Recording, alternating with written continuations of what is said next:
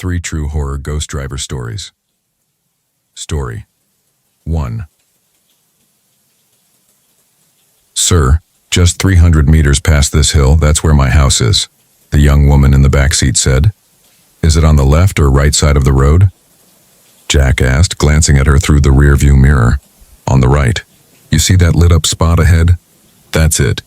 You mean near the girl standing under the street lamp? The woman furrowed her brows, adjusted her glasses, and peered ahead. What girl? That's my place, right by the old motel sign. Jack nodded. Got it. He eased off the gas pedal, letting the car crawl forward until it stopped in front of an aging 3-story house. Its paint peeling, windows dusty with time. He stepped out, popped the trunk, and grabbed her suitcase. Nice place you've got, she smiled warmly. Oh, it's nothing fancy. Took my husband and me years of saving to build it.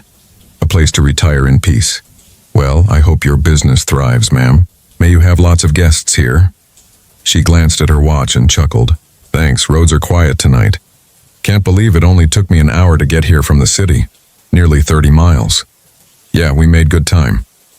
Glad to get you home safe. That'll be... Could you transfer the fare to this account? She took out her phone only for it to go dark. Battery dead. Sorry, would you mind waiting a minute? I'll grab some cash inside. Sure, Jack nodded. As she wheeled her suitcase toward the house, Jack's phone rang. It was his wife. Hey, honey, where are you? Are you almost home? Just dropped a passenger off. I'll be home around 10, don't wait up. Kiss our baby for me. I don't like you driving out of town this late, she said, voice tight with worry. There have been news reports. Buggings, carjackings, don't worry. A friend referred her. It's a woman, not some shady guy. Let me get paid, I'll call you again on the way back. The call ended just as the woman came back and handed him the cash. Here you go. Thanks for everything. No problem. If you ever need a ride from New York again, just give me a ring. I will. Thanks again, take care. Jack waved and got back into his car, engine humming gently as he pulled away. His heart felt warm, thinking of his wife and child waiting at home. The dashboard clock read 9:30 p.m. The road ahead, Old Timber Route, was long and deserted, flanked by ancient oak trees casting jagged shadows under the moonlight. A thick mist had begun to settle in. As he focused on the drive, Jack's eyes caught a faint silhouette ahead. A girl, maybe 13 or 14, in a white dress, long black hair, backpack slung over her shoulder. She was waving both arms toward his car, asking for help. Jack slowed down, rolled his window down. Hey, it's late. Why are you out here alone? I was visiting my grandma in the countryside, the girl replied. I got off the bus at the wrong stop. I thought I knew the way, but I've been lost. Where's your house? Can't you call someone to pick you up? My grandma lives alone. She's too old to come out this late. Her voice was quiet, heavy. Jack looked at the clock, almost 10 p.m. The mist grew thicker by the minute. Do you want me to drive you home? You can pay me whatever you can. The girl's eyes met his, sad, pale. Yes, please. It's just down this road under the big willow tree. Jack paused. There was a big willow tree at the end of the route. He had passed it earlier, but he didn't remember any houses nearby. Still, she was just a kid. He couldn't leave her out here alone. All right, hop in. Just show me the way. She slid into the back seat without a word, her small hands folded neatly in her lap. Her gaze remained fixed forward, never once looking around. As she entered, Jack felt a chill in the car but chalked it up to the nighttime air. The silence inside was thick, only the hum of the engine and tires crunching on the gravel. He spoke to break the tension. Your grandma's lived here long? Long before this place got so crowded, she replied, her voice soft, cold. The car neared the willow tree. Jack felt a sudden piercing cold even with the windows closed. The headlights revealed the enormous tree, branches like skeletal arms stretching over the road. Do I turn or keep going? Jack asked, fighting the unease crawling up his spine. Keep going. Grandma's house is just past the tree. Finally, the girl pointed. There, that's my house. Jack saw a small, worn-down house hidden behind a garden. The path leading to it was narrow, lined with crooked stones. A faint yellow light flickered from inside, comforting yet off. This the place? Yes, she nodded. Wait here. I'll grab cash. My wallet's inside. She opened the door and stepped out, her small backpack bouncing as she walked briskly toward the gate. Jack waited, then remembered. He hadn't told her the fare. He rolled the window down. Hey, just $10 is fine. But she was already gone. Oddly fast. Too fast for someone who'd just stepped out. He squinted toward the gate. She disappeared. The front porch light was still on. A dog began barking furiously from somewhere nearby, startling Jack. 5 minutes passed. Then 10, then 20. Still no sign of her. Jack unbuckled his seatbelt and stepped out, walking toward the gate. As soon as Henry stepped out of the car, a voice behind him made him jump out of his skin. Hey, mister, who are you looking for? He spun around. A woman in her early 40s stood there, lean and wary, eyeing him with suspicion. Flustered, Henry replied, I'm a cab driver. I just dropped off a girl here, maybe 14 or so. She said she didn't have any money and asked me to wait while she went inside to get it. But she's been gone a while now and I thought I'd check if everything's all right. The woman stared at him, her expression darkening. Are you sure you're at the right house? What girl are you talking about? Henry nodded, more confused now. I'm not mistaken. She told me she was visiting her grandmother. She pointed out this exact house. The woman shook her head slowly, her voice stern. That's strange. This house has only had one occupant for years. My mother. She's lived alone here ever since I moved away. There's no young girl. Henry's chest tightened. He insisted, that can't be right. I literally just dropped her off. She said her grandma lives here, this very place. The woman let out a sigh, hesitated, and then spoke gently. My mother is the only one here. She hasn't had any visitors in a long time, and certainly no granddaughter. A chill crept down Henry's spine. He glanced at the house again. The soft yellow light from the windows seemed dimmer now, and even the barking of a dog nearby had faded into an eerie silence. The woman must have seen the fear on his face, because she asked, This girl you drove, what did she look like? Henry's voice grew hoarse. Maybe 14. Long hair, white dress. She said she was coming home to see her grandma. The woman's face drained of color. She whispered almost to herself, No, it couldn't be that girl, but she's gone. Henry's stomach turned. Gone? What do you mean? She looked at him, eyes wide with a quiet dread. Years ago, my mother's granddaughter, just like you described, died in a car accident. Right at the bend down the road. People around here say, sometimes late at night, she still comes home. But no one's ever sure. Henry stood there, frozen. A part of him refused to believe it. Ghosts? After all these years of driving people around at night, was this the night he finally ran into one of them? He thought back to the girl in his back seat, laughing, chatting with him just minutes ago. The thought made his skin crawl. He turned to look at the house again, just as the light inside flickered and went out, plunging the home into complete darkness. He stood still for a moment, then whispered to himself, I shouldn't bother the old lady anymore. If that girl was real, she couldn't have disappeared that fast. But even as he tried to be rational, a growing sense of unease spread through him like frost. He turned to head back to his car, only to feel eyes on him. He looked over his shoulder. The woman was still there, standing in the shadows, watching him, her gaze cold, almost penetrating. Around them, the night had gone dead silent, broken only by the faint chorus of crickets and frogs from distant marshes. To break the tension, Henry called out, I'm sorry. I've never been through anything this strange before. If I've done anything wrong, please forgive me. I'll just head back now. He got in his car, started the engine, but as he looked ahead, his heart sank. The narrow dirt roads all looked the same.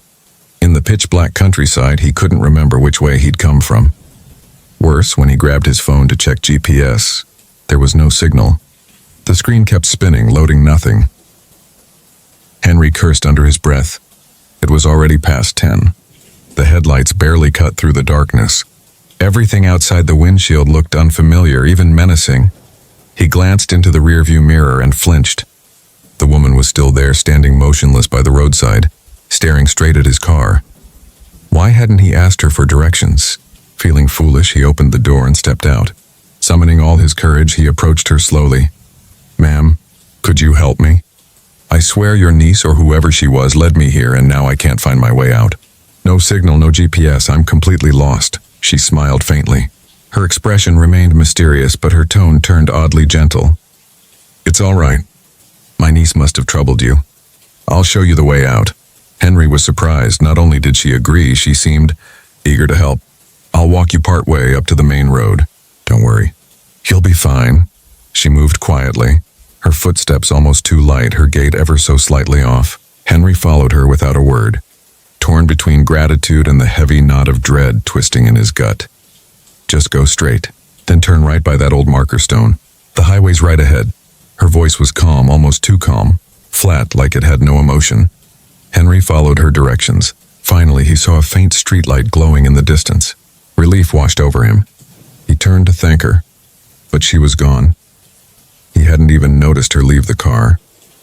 A cold shiver ran down his spine, but at least he had reached the main road. He quickly climbed into his car and drove home as fast as he could.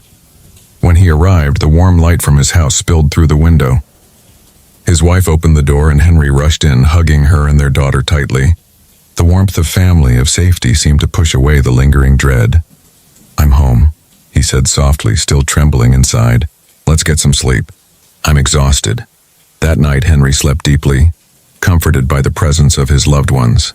But when the first rays of dawn broke through the sky, something jolted him awake. He was no longer in his warm bed. Cold air surrounded him.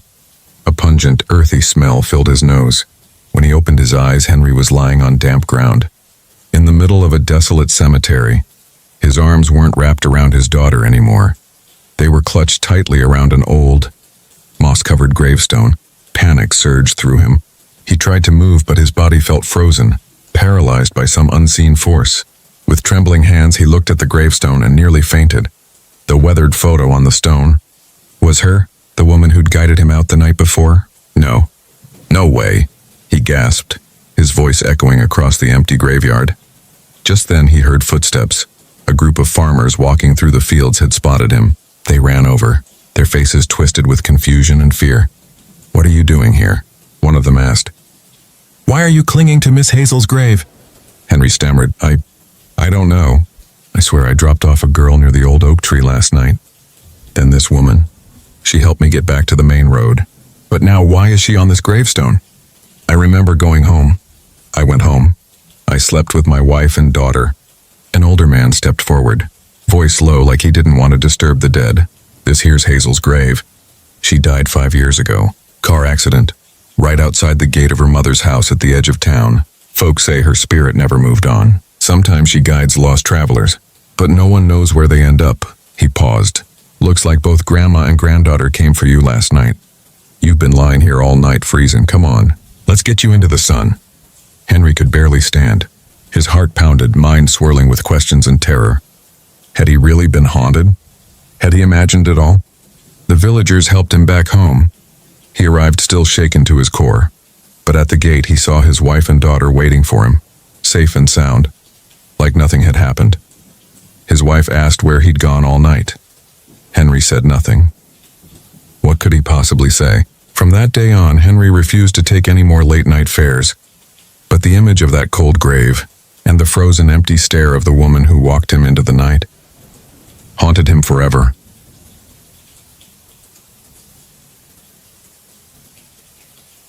Story 2. The Midnight Ride and the Mysterious Old Man. It was around 11 p.m. in downtown Portland. I had parked my scooter near a quiet promenade, eating a dry sandwich, waiting to see if I could catch one last ride before calling it a night. That's when I noticed him, an elderly man, thin and frail, with a head full of white hair, sitting alone on a bench under the street lamp. A few minutes later, he slowly approached me and softly asked, "Young man, would you mind taking me home? I live over in southeast Portland." His voice trembled barely above a whisper. I looked at him, clearly lost and vulnerable. Without hesitation, I said, "Of course, sir. Hop on, I'll take you home." As he climbed onto the back of my bike, I asked him, "But sir, what are you doing out here this late? Where's your family?" He let out a sigh. "There's only the two of us now. My wife and me. She's waiting for me at home." I got turned around somehow, lost my way. My heart ached a little hearing that. I decided I wouldn't charge him for the ride. It felt like the right thing to do. As we took off, I reminded him to hold on tight for safety. But the moment his hands touched my back, an icy chill ran through my body, making me shiver uncontrollably. I brushed it off, blaming the cold night air. The ride went on longer than I expected. The streets grew quieter, darker, as if we were slipping into another world. A heavy fog seemed to blanket everything around us. The old man didn't speak a word. He just sat silently behind me, his hands trembling as they clutched the back of my jacket. When we passed by the old cathedral downtown, I suddenly heard faint whispers. It sounded like prayers, but distorted. Strange, almost haunting. The whispers circled my ears like smoke. Impossible to understand, but impossible to ignore. I dared not look back. Then the old man finally spoke again, his voice rasping like dry leaves in the wind. "We're almost home." I just nodded and kept riding, trying to shake off the unease crawling over me. Eventually, we turned into a narrow alley tucked behind an old neighborhood. All the houses looked abandoned. Faded paint, crumbling bricks, roofs covered in moss.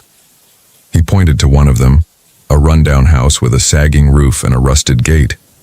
"Stop here," he said. I helped him off the bike and asked, "The place looks locked up. Do you have the key?" He shook his head gently. "Just walk me to the door. It's not locked." Sure enough, the door creaked open with an eerie groan that echoed in the still night. I helped him inside. The air was thick with dust and something else, something I couldn't quite name. A dim oil lamp flickered on a small table. The room was gloomy, cold, but what truly chilled me was the altar in the corner. On it sat 2 framed black and white photos, memorial portraits. One of the old man I had just brought home, and the other of a woman, presumably his wife. My blood ran cold. My legs buckled. The world spun. Everything went black. I don't know how long I was out, but when I woke up, I was lying on the floor, sunlight creeping through the broken shutters. My head throbbed. A local neighbor was standing over me, gently shaking my shoulder.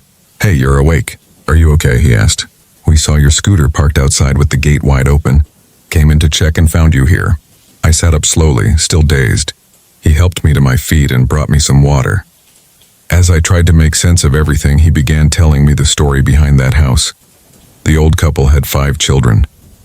They raised them with all their love, poured their lives into giving them a better future. But as the kids grew older, they grew distant, cold. They left their aging parents behind, never visiting, never calling. In the final years of their lives, the old man and woman had only each other, forgotten in that crumbling house, until one day they both passed away, alone. None of their children came to the funeral, not a single one. As I listened, I couldn't hold back the tears. How could anyone abandon the very people who gave them everything? Parents who sacrificed their entire lives only to be left with silence and shadows? I returned to that old house later that day, lit incense at their altar. I whispered a promise, "Rest in peace. You're not alone anymore. From now on, I'll come visit you every 1st and 15th of the month. I'll bring incense, clean the house, and sit here to keep you company." And I kept that promise. Since that night, my business picked up. More rides, more tips, more kindness from strangers. Deep down, I felt they were watching over me. From that day forward, I lived with a quiet belief that when you honor those who've been forgotten, the universe remembers you in return. Story 3. The Woman in the Red Dress. One night I found myself swallowed by a thick darkness, no moon, no stars above. Yet the clock had just struck 8 p.m. I reassured myself. It wasn't that late, still within the bounds of safety. That evening, I received a ride request from a woman near Pike Place Market in downtown Seattle. She asked to be taken to Rainier Valley. Just like countless other nights, I drove through the city, sometimes down busy, vibrant streets, and at other times through quiet, lonely avenues. She was wearing a red dress, bright, elegant, almost glowing against the black of the night. Her hair was long and smooth, cascading down her back. But what stood out most was the black mask that completely covered her face. I thought nothing of it at first. People still wore masks after all. But once she got on the back of my motorcycle, an uneasy feeling crept over me. The further I rode, the stronger that feeling grew. Seattle's streets are usually well lit, but as I veered into the narrow lanes of Rainier Valley, the atmosphere began to shift, gloomier, heavier. When I reached the intersection near Beacon Avenue and Graham Street, I suddenly felt the bike surge forward, like something had pushed it. Even though I hadn't twisted the throttle, Worried by the sudden speed, I turned and asked the woman if she was okay, just trying to steady the moment. But she didn't answer. She didn't even move. I gripped the handlebars tighter, trying to keep control and avoid something disastrous. As we passed a desolate stretch near the old Boeing airfield, the air turned heavy and suffocating like all the oxygen had been sucked out. Then, out of nowhere, she started to smile. Not wide, not loud, but the sound of her grin echoed unnaturally like it bounced off the walls of my mind. It rang in my ears, distant yet piercingly close. My spine froze. I didn't dare look in the rearview mirror. But something unseen forced my eyes up, and what I saw shattered every ounce of composure in me. She wasn't whole anymore. Blood streamed from her head, soaking into her once smooth hair, the strands clumped together with thick, wet gore. Her arms and legs were twisted, contorted, bent in ways no human body should bend.